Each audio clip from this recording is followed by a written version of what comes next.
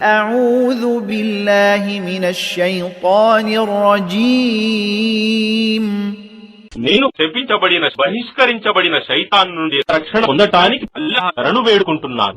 سيقول لك المخلفون من الأعراب شغلتنا أموالنا وأهلنا فاستغفر لنا يقولون بألسنتهم ما ليس في قلوبهم قل فمن يملك لكم من الله شيئا إن أراد بكم ضرا أو أراد بكم نفعا بل كان الله بما تعملون خبيرا.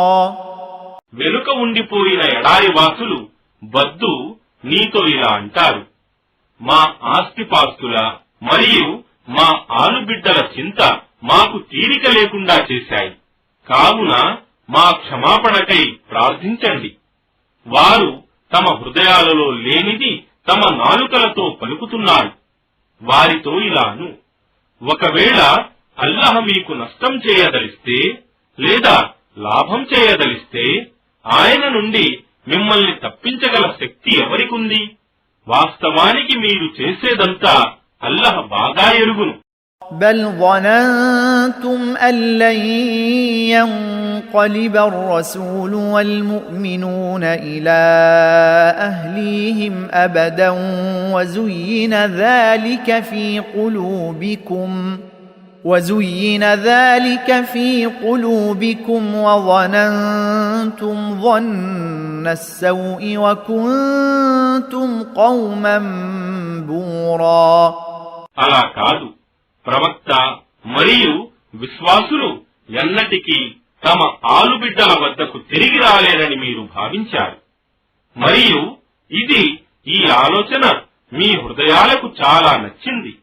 మరియు మీరు చాలా చెడ్డ తలంపులు చేశారు.